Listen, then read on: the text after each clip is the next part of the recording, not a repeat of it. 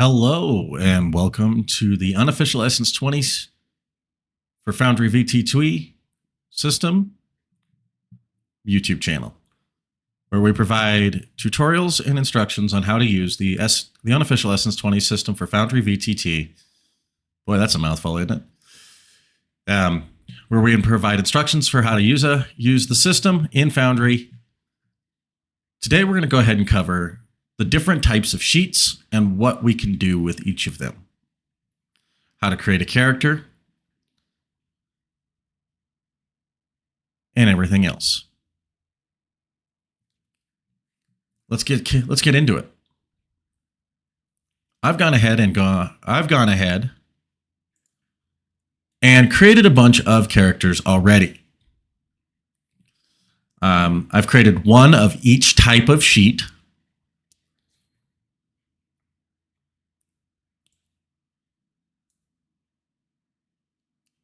Ray Jacob, as most of these are going to be empty sheets for demonstration purposes only. But Ray Jacobs is a completed character, level 8 White Ranger that I play over on the Power Rangers Project Squadron YouTube channel. Check us out in the link description, in the link below.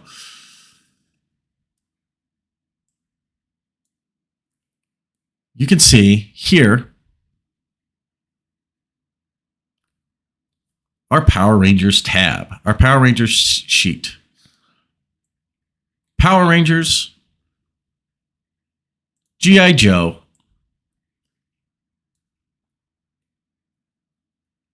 Transformers,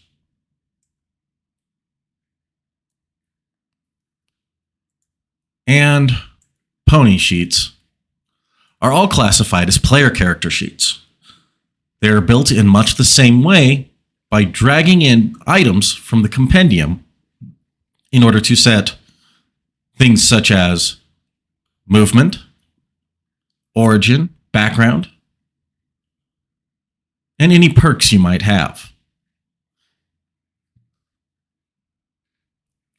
Some of the differences: Power Ranger sheet has the ability to morph and has the Powers tab.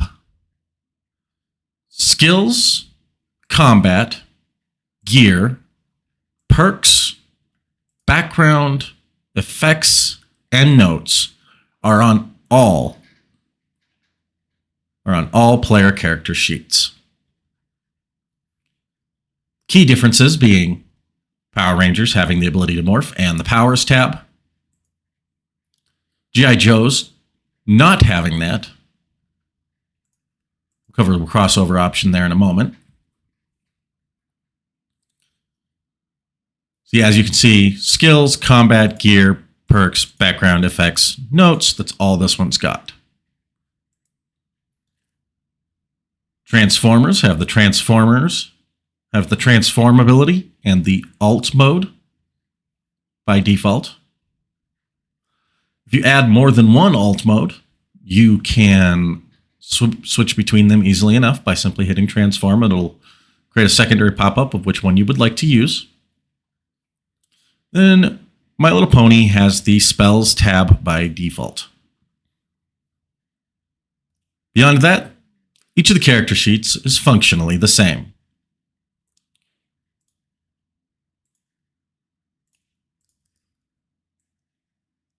Let's dive into each tab a little bit more detailed. On the skills tab on each character sheet, they look much the same.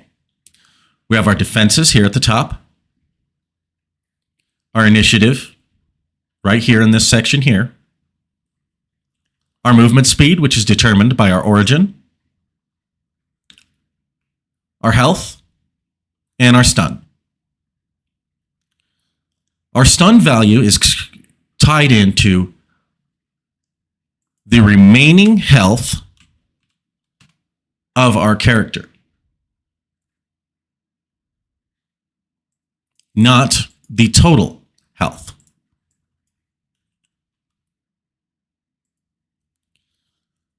Here's where we set our strength, speed, smarts, and social, our skill values.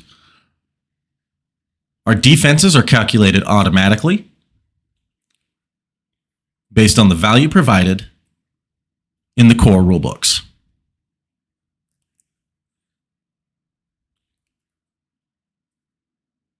We have our specializations. We have our strength specializations in here. We have our speed sections here. Our smarts and all their skills here. Our social and all their skills here. In order to roll a skill, we simply click the dice next to the name of the item. This dialog pop-up will appear next. From here, we can choose to make any upshifts. If we have any downshifts, we have to. Whether this item was snag, normal, or an edge, or if this is specialized. We also added a handy little button here for times to roll. So if you've got a pink ranger, for instance, you can throw all your volley rolls in one single roll because you're rolling the same dice over and over. To give you an example of how that would work, let's have Ray take an upshift of 1. And let's say he is specialized for this kicks and giggles. And I'm having him roll twice.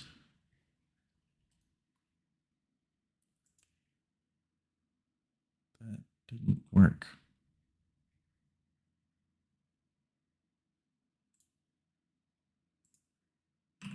There we go.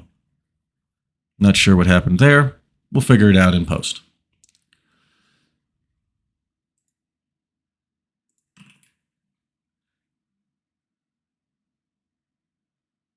Okay.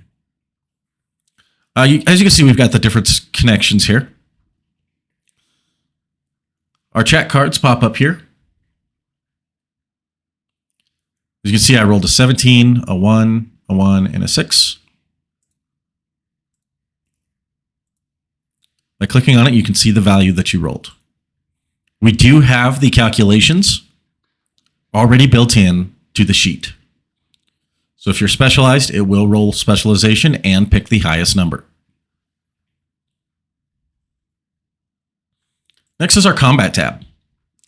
This is where we might find any class features, such as personal power if you're a Power Ranger, any weapons that you might create,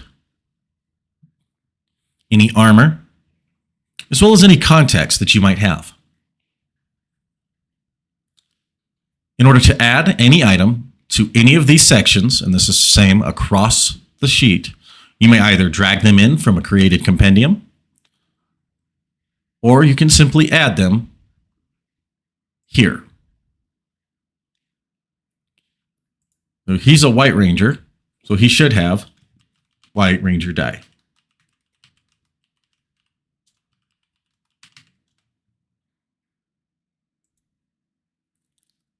Class feature is meant as a spendable resource. So a great example would be the Blue Ranger's idea points. That can go here. Your gear is going to be much the same as your gear and your combat tab are going to be very similar. But the gear only contains your weapons and your armor. These checkboxes next to them select whether or not you want to go ahead and create them. Clicking the display in chat icon, which is this little message window here, will throw that item into the chat for you. Or if I want to roll a weapon damage, I can click on roll. I can click on the little dice next to it and click roll.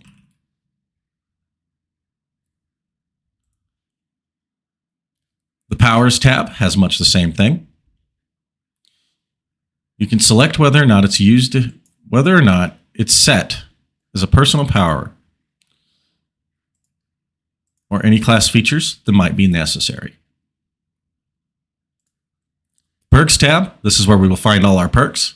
You can find almost all of our perks, all available perks, and their skills, but not their descriptions, are found in the compendium. So if I have a Field Guide to Action Adventure perk of Gridlock Faction, which is a perfect example, You can search it here, then I can literally add it over. As you can see, I've already done that, so it's not necessary at this time.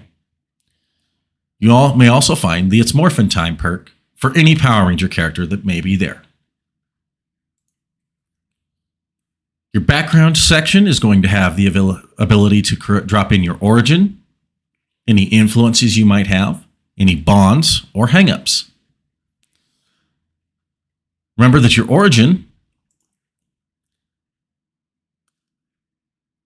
has all of your information listed here. What it increases, and what your base movement is to start thanks to it, and what your starting health may be.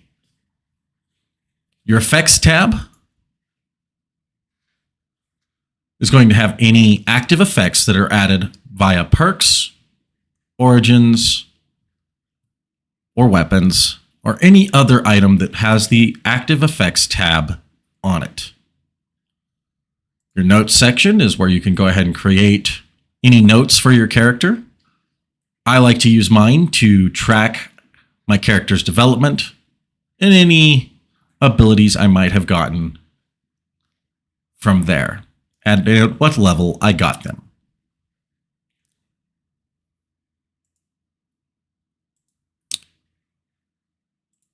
Now our GR Joes don't have any of the extra tabs there. But our My Little Pony does have a spellcasting tab. Spellcasting, remember, is its own status. If it has a D4, I can then add any spells they may know by hitting this plus button here. By default, it will add this spell here. You can go ahead and edit the spell by selecting its rank, what type it is, whatever its cost is, and things of that nature. All our item sheets are very similar to this. Transformers. They have the Alt Mode tab, which has Alt Mode, weapons, and upgrades.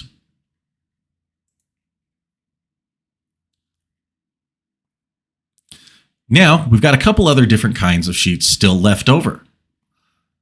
Our first one is our Zord sheet for the Power Rangers Essence20 system. Here we can fill out the toughness, evasion, willpower, cleverness of that sheet, strength and its speed,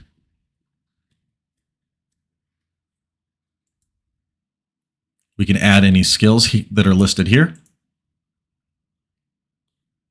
creating new weapons, any features, and any megaform traits that Zord might have. We can also select its size.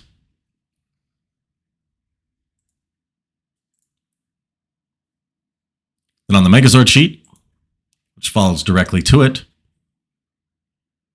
we have two main tabs, our main tab and our Combiner Participants tab. The main tab covers all of the combat-related items, weapons, features, any skills that Zord may have, and its initiative value. The Combiner Participants is a drag and drop tab where we can go ahead and add that Zord. So let's bring in Tyrannus.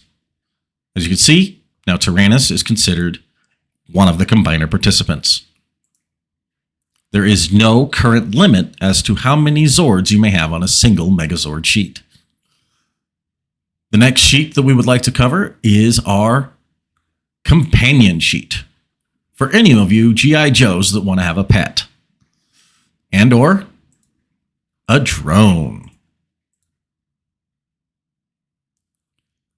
Each different type has a small change in its section relevant to what it is. As you can see here, it looks very similar to what we saw before.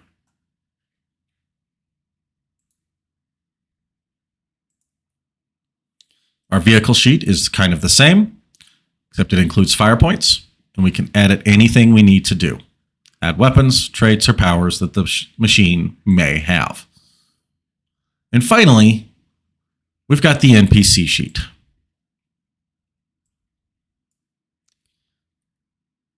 This allows us to create any items, any weapons, any hangups, any threat powers, any perks, gears, spells, anything that that particular NPC might have.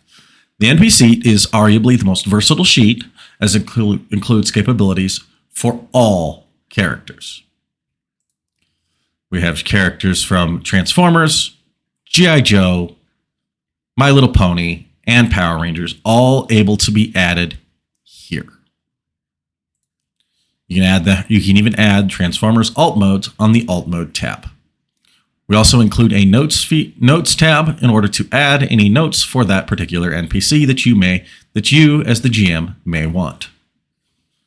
In order to roll any weapons checks, you would create a weapon, edit that weapon, then you can just go ahead and click perform attack roll. So for instance, I'm going to go ahead and roll a snag on this one because it's what it is. You can see I rolled that weapon there. Hangups, threat powers, perks work just like they do on all the other sheets. Now let's cover one other section with our G.I. Joe. Introduced in the Field Guide to Action to Adventure by Renegade Game Studios was the ability to have crossovers with your G.I. Joes, your Power Rangers, and your Transformers. So we implemented the ability for G.I. Joes to morph and transform. All player character sheets have this crossover options at the top here. Do I want to allow my character to morph? Do I want to allow my character to transform? Let's say we're going to give him a transform button. We're going to go ahead and click allow character to transform. Then we're going to click accept. Once the accept is done, the option to transform appears on his sheet and the alt mode tab appears as well. As you can see, that's our character sheets. I hope this video was helpful, and I hope you may find it useful as you continue on and advance. We'll catch you next time on Power Rangers, or on Unofficial Essence20 YouTube channel. Catch you on the flip side. Join us for the next one.